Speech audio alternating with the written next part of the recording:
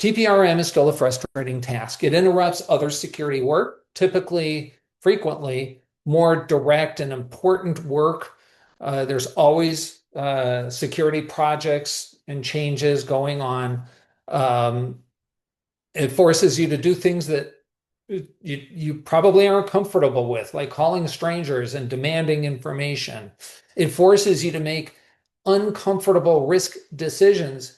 And frankly, this is why your security team should not be doing it. It's important work, but it's operational and time consuming. Hi, and welcome to today's live session discussion with FortifyData. We're here to talk about how to make TPRM work disappear, where you get all the outcomes and none of the work related to third-party risk management. So I'm Marshall England with FortifyData. I'm joined here with my colleague, Ken Ballard. For those that are unfamiliar with FortifyData, we are an automated cyber GRC platform organization. The platform has various modules from attack surface or vulnerability management, third-party risk management as a module, and GRC. There, you can procure those on a modular basis, but what we're here to talk about and what Ken's going to talk about is how we leverage the platform for our own managed services work for clients. And that's what that's the real presentation here is what's the criteria to look for to outsource, for vendor due diligence and monitoring. So Ken, I'll turn it over to you. Sure. And you can tell them about how to get all the outcomes with none of the work. Okay, well, welcome everyone, and thank you for joining today. Just to Marshall's point, just so you know, our internal title for today's webinar is TPRM Make It Go Away. We didn't want to use such a direct title, but I can tell you that's what many organizations want. They just want TPRM to go away. So what we're talking about today is third-party risk management and specifically how organizations can get all the outcomes of a mature TPRM program without any of the operational burden of running it internally with your team. The, the reality is that most organizations know they should be doing vendor risk management, but actually running the program is painful. So we're going to talk about why TPRM matters more than ever today, why you should get started right now, why typical tools used in TPRM are often really frustrating, and of course, why it's so hard to do it internally and how a managed service can solve these problems. Whoops. All right. So let's start with an important reality. Vendor attacks are your attacks. Organizations depend on a huge ecosystem of vendors. Every one of those vendors touches some part of your environment in some way. And when they have a security problem, that becomes your security problem. And the data supports this. According to uh, recent studies from 2025 by Verizon and IBM, about 35% of breaches involve a third party. More than 40% of ransomware incidents involve a vendor. And nearly every organization, about 98%, has at least one vendor that has suffered a breach. And the cost of a breach involving a vendor averages over $5 million. So vendor risk is not theoretical. It is now one of the most common entry points in use. And so organizations rely on third parties for almost everything today, right? Platforms, infrastructure, cloud services, managed IT, payment services, even healthcare and employee systems. And so your attack surface, again, includes every vendor you trust. And that's why TPRM has moved from a nice to have or a checkbox program to a core cyber security requirement. And auditors and regulations, they increasingly ask you some of these very direct questions. Do you assess your vendors? Do you review their security controls? Do you track their remediation? Why? Because TPRM appears anymore in most regulations, HIPAA, GLBA, any of the NIST frameworks, ISO 27001, even NIST 2 in Europe, DORA, and even some state regulations from in New York and California. They all have certain levels of expectation uh, for managing a TPRM program. And they don't just mean a policy. They expect you to prove at some point that you are actually managing vendor risk.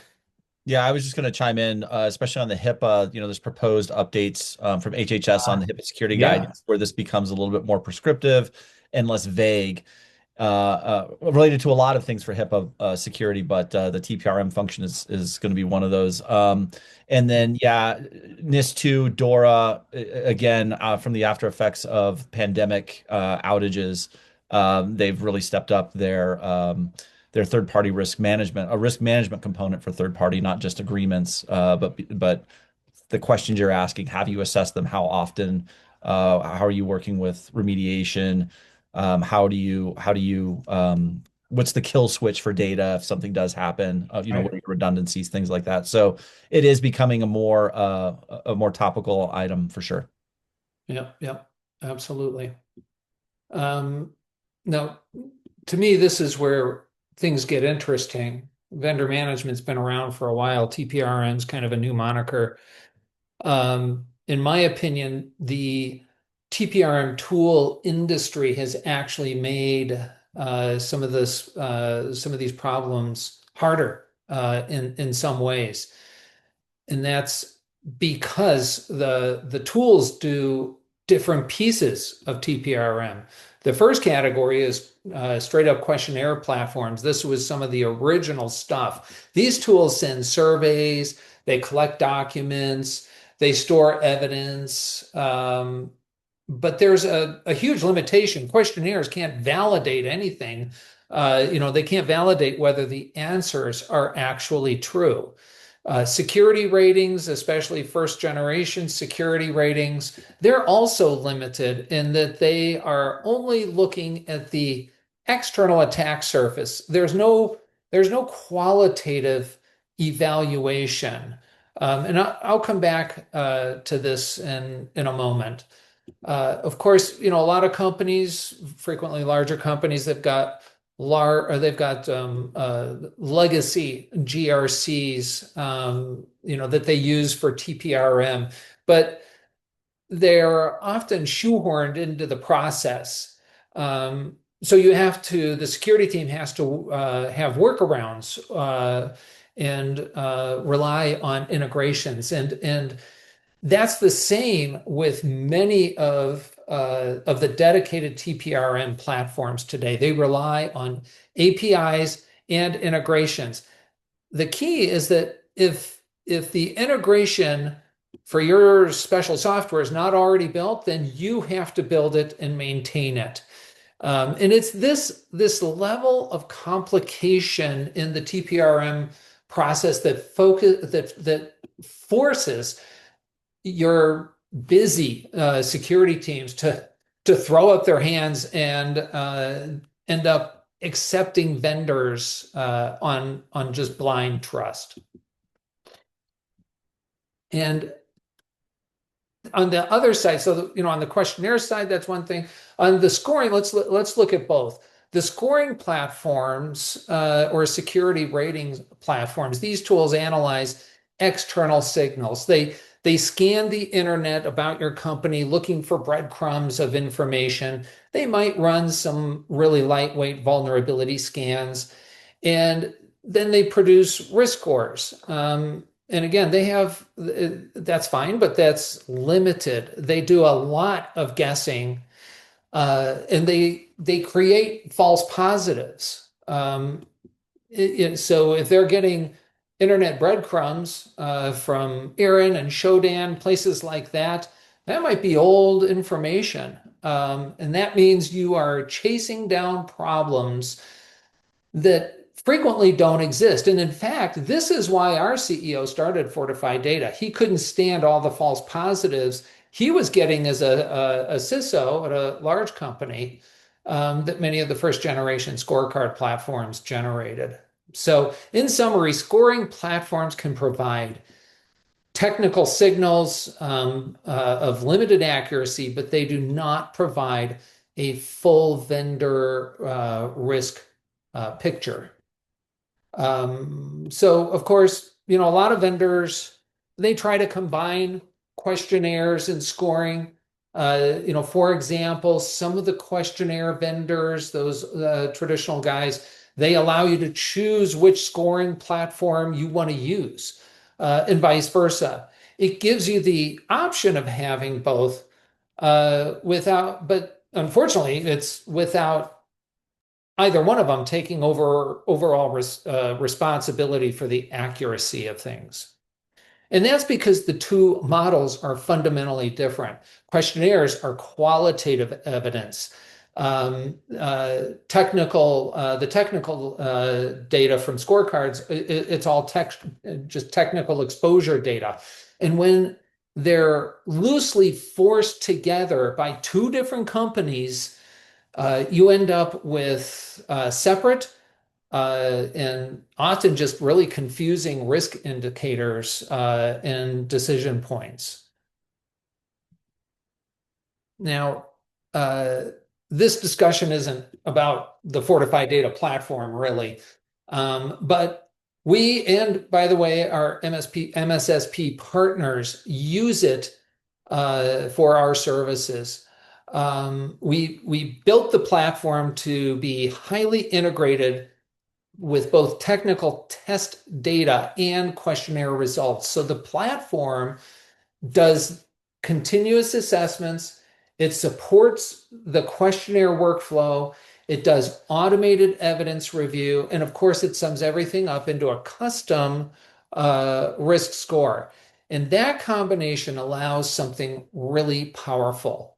You can continuously validate your vendor's claims against the technical observations. So, for example, a vendor SOC 2 or maybe ISO certification may say that they patch critical vulnerabilities in 30 days, but an ongoing scan might reveal that there are vulnerabilities on various systems that go past that requirement. And that discrepancy matters.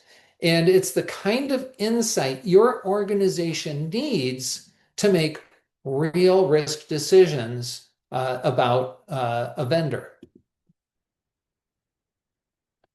So here's the crux of this webinar. Even when you have the right platform like FortifyData, TPRM is still a lot of work. Someone has to first create questionnaires. And we are seeing a huge resurgence in custom questionnaires because risk is so specific to your company and you're relying on these vendors so much. Next, you have to chase vendors. And in your already overworked day, you have to remember to email and call those slack off vendors that are ignoring you. It's not fun. Then once you get to review the evidence, let's say you get a SOC 2, and I've seen 200-page SOC 2 reports. Is it enough to just check the box just because you got a SOC 2? I know that happens, but I don't think so. First of all, there's a lot of really crappy rubber stamp SOC 2s anymore. If you've been doing this for any length of time, you know this. And in fact, you may have seen recent stories last week how an automated audit tool called Delve it was found out that they copy pasted SOC 2 answers in over 500 SOC 2s, and CPAs were just rubber stamping them. So, if you spend any time doing this, if you look at SOC 2s enough, you know the difference between a SOC 2 report from Deloitte or Shellman than some, no-name CPA firm like SOX or Us. And in addition, while SOC 2s are good in theory, I mean, they're really important, they are inherently dated like all frameworks. We all understand this. So for example, there is nothing about AI use in most frameworks, at least not yet. Yet you should care how your vendors are using your data in their AI. What are they putting in the chat GPT? The only way to know is by asking the question and getting answers and evidence. So gathering and evaluating evidence takes time and vendor interaction. So enough on that. If you aren't satisfied, you will likely want to track remediation with the vendor. Again, it's more time. Reporting to leadership on the program. Again, it's more time. This is constant operational work, and it's not something you can squeeze into your every Friday afternoon. Let's go a little bit deeper on chasing. So chasing is the number one area of frustration among security teams. When a business unit needs a product, they often, as an example, they often just give you the salesperson's name. They're dealing with a salesperson. They give you their name. You send them a questionnaire because that's all you can do, and then you have to chase them down. Finally, the salesperson gets tired of you bugging them, and maybe they introduce you to their security team. Well, they're busy just like you. So you have to chase them. Eventually, they may respond. Maybe they send you a SOC 2, or they answer yes on all of your custom questionnaire. If you have questions, you're going to have to start chasing again for a third time. And meanwhile, your business teams are just pushing contracts forward and moving. I had a client that said flat out, this is not why he got his CISSP. And he struggled to get his rather ambitious security staff to do it for that very same reason. Chasing is pretty low level stuff. That's not something that people want to do with their career. Now, one quick point on this: artificial intelligence. Will AI agents chase for you? Yeah, I think they will. And in fact, we're working on it at FortifyData. We're probably further along with this than most companies, but it's not fully there yet. Again, you need TPRM right now. AI will streamline a number of areas, but you still need to do the work today and for the foreseeable future. So another problem area is trust centers and the information doled out on them. And I say doled out because it's the vendor. The vendor only gives you the information they want you to have. It is a hands-off approach focused on them trying to get rid of you as quickly as they can. Now, trust centers, we're fans of. We like them. We like them a lot. They fundamentally make getting information easier, but you don't get to ask questions. And it allows the vendor to just categorically say, well, it's all there on our trust center. So some of these trust centers are very big and they have a lot of they have some audits, they have some generic policies. You have to sift through this evidence. And it requires time and it requires precise reading and it requires security experience. Doing it manually takes a lot of time. Understanding how, how a vendor integrates and uses your data and or systems through these doled out artifacts, it can be mind-numbing. And again, most internal teams, your teams, simply don't have the capacity to do it. So let's say that you have a great integrated platform like FortifyData. TPRM is still a frustrating task. It interrupts other security work, typically, frequently, more direct and important work.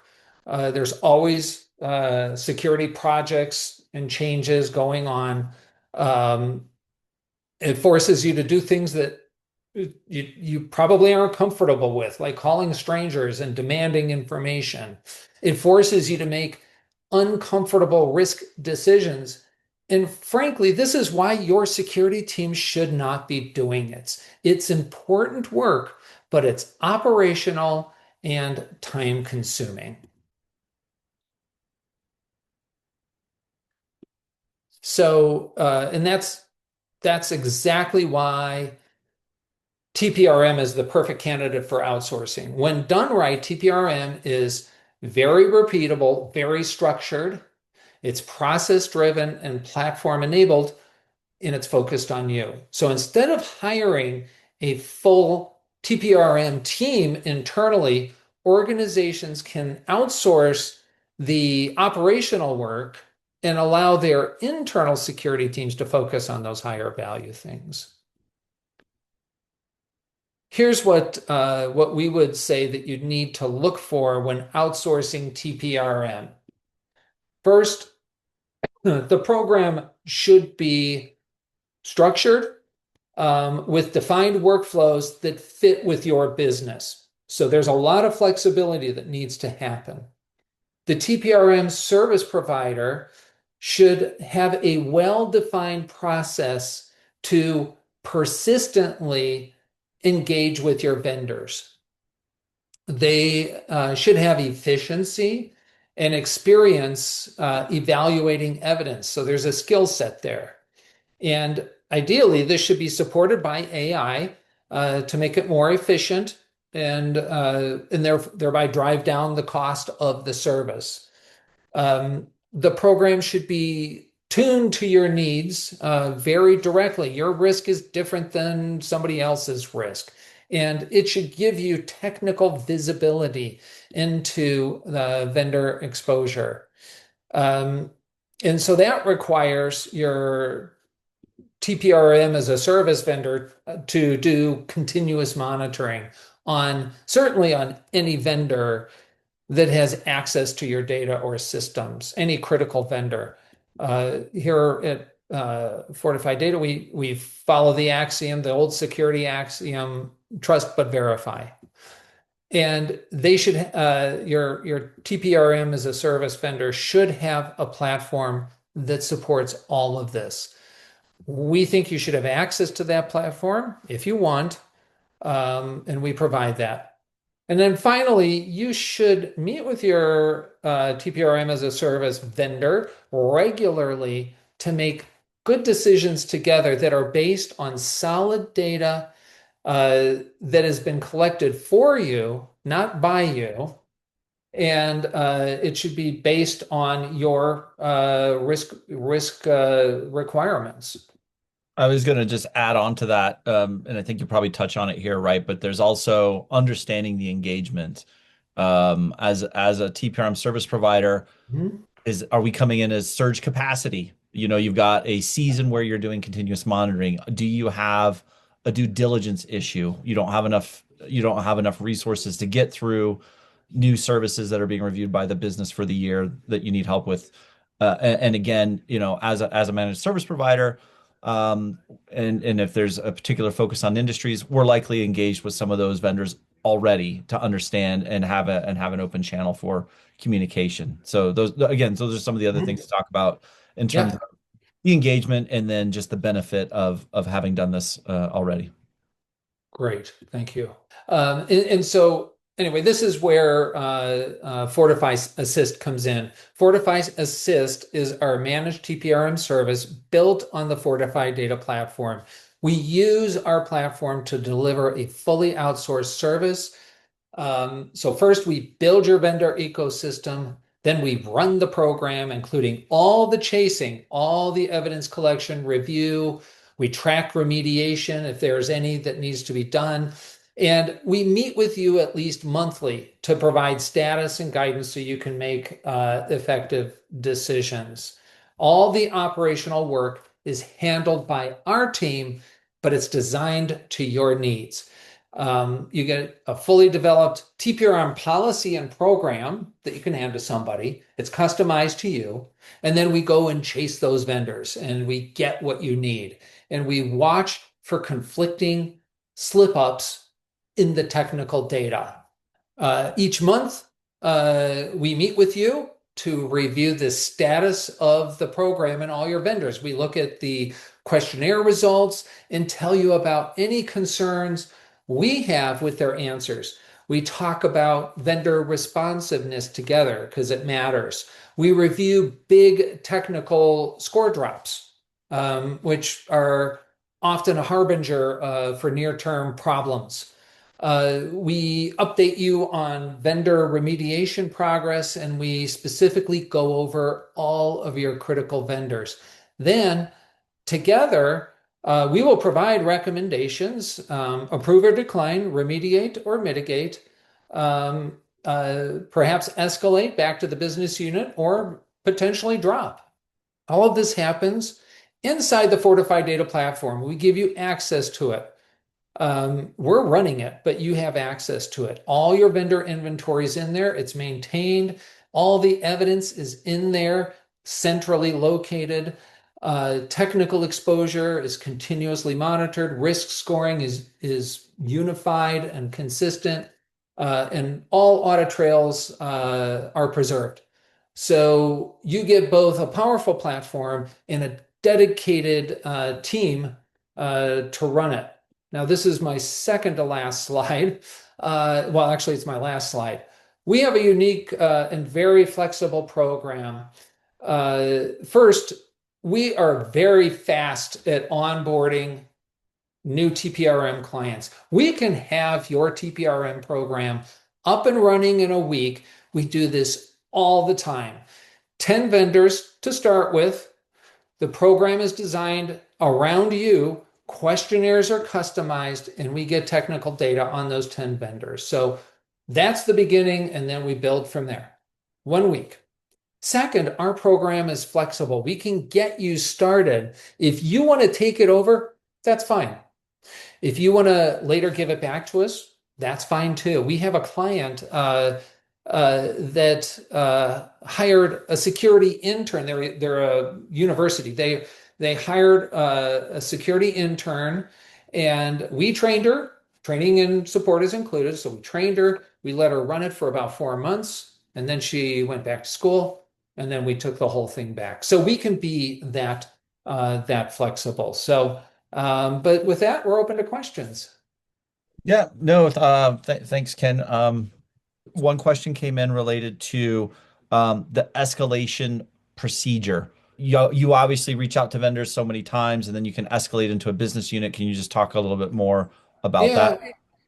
Yeah, yes, that's actually a great question. It's one of the first things we do when we build your program. We have recommendations. Many of our clients will reach out to them 3 times, phone calls and emails.